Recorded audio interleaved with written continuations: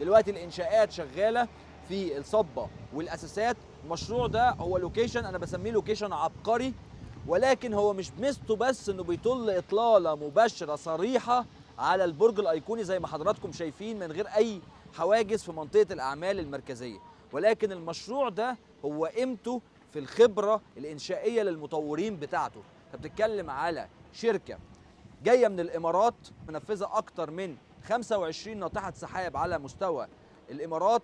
هعرض لحضراتكم البورتفوليو الخاص بالشركه، بالمشاريع بتاعتها، بالفنادق اللي منفذاها على ارض الواقع. بتتكلم على مشروع 52 دور، 5 ادوار تحت الارض وارضي و47 دور. الارضي والاول والثاني تجاري، الثالث هيكون فاسيلتيز وخدمات خاصه بالمشروع، ومن الدور الرابع للدور ال 38 هو مكاتب اداريه، ومن بعد ال 38 للدور ال 47 هيبقى وحدات فندقيه.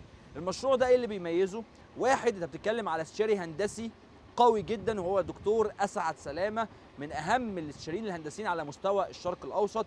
بتتكلم على شركه اداره وتشغيل، هي شركه كاد اللي هتبقى مسؤوله عن تشغيل التجاري. فاسيلتي مانجمنت EFS، شركه لها سابقه اعمال كبيره جوه الامارات ودبي وابو ظبي. مشروع هو اول تويست تاور على مستوى افريقيا، فقدامك اطول برج في افريقيا بيطل على اعلى افريقيا، فده هيكون اهم مشروع موجود في منطقه الMU7. طل على البرج الايقوني. عندي مساحات هي مساحات تشغيليه، يعني انت حضرتك بتشتري مكتب اداري، المساحه التشغيليه لاي شركه محترمه بتبدا معاك من اول 70 متر. تمتلك مكتب في الدور ال 25 او مكتب في الدور ال 26، وعندك امكانيه تقسط لغايه 8 سنين.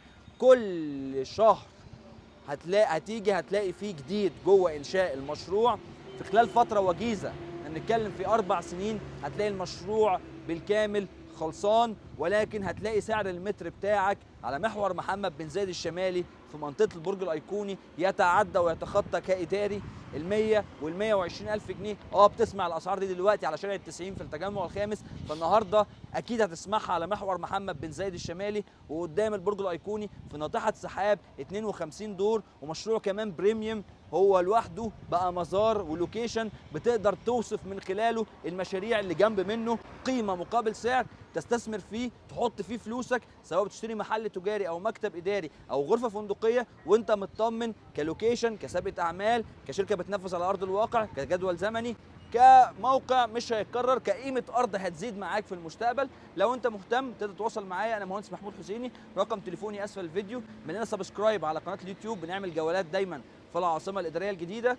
ولو حضرتك مهتم اكتر ممكن تبعت لي برضو على لينك الواتساب. بشكر حضراتكم جدا.